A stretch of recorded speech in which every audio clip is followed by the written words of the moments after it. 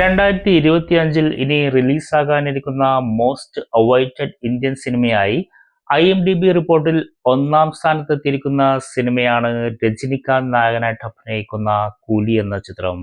Super hit സംവിധായകനായിട്ടുള്ള Lokesh Kanakaraj ആദ്യമായി തലൈവരെ നായകനാക്കി സംവിധാനം ചെയ്യുന്ന ഈ ചിത്രം ലോകേഷ് കനകരാജിന്റെ ലോകേഷ് സിനി യൂണിവേഴ്സിന്റെ ഭാഗമല്ല എന്നുള്ളതാണ് ഈ സിനിമയുടെ മറ്റൊരു പ്രത്യേകത. 400 കോടിയിലധികം മുടക്കുമുതൽ നിർമ്മിക്കുന്ന ഈ ബ്രഹ്മാണ്ഡ ചിത്രത്തിൽ രജനികാന്തിനൊപ്പം ഇന്ത്യൻ സിനിമയിലെ മറ്റു ഭാഷകളിലെ സൂപ്പർ താരങ്ങളും അണിനിരക്കുന്നുണ്ട്. ഇതിൽ ഏറെ എടുത്തു പറയേണ്ടത് ബോളിവുഡ് താരം ആമിർ ഖാൻ ഈ സിനിമയിൽ ഒരു സുപ്രധാന വേഷത്തിലെത്തുന്നുണ്ട് എന്നുള്ളതാണ്.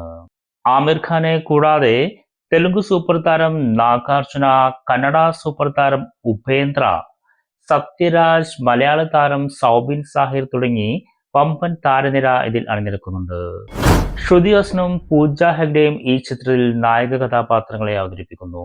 ഈ ഇൻഡിപെൻഡൻസ് ഡേയോടനുബന്ധിച്ച് ഓഗസ്റ്റ് 14-നാണ് കൂലി വേൾഡ് വൈഡായി വിവിധ ഭാഷകളിലായി റിലീസാവുന്നത്. അപ്പോൾ തലൈവർ രജനികാന്തിന്റെ കൂലി വേൾഡ് വൈഡ് ബോക്സ് ഓഫീസിൽ നിന്നും എത്ര കോടികൾ കൊയ്തെടുക്കുമെന്ന് നമുക്ക് കാത്തിരുന്നു കാണാം.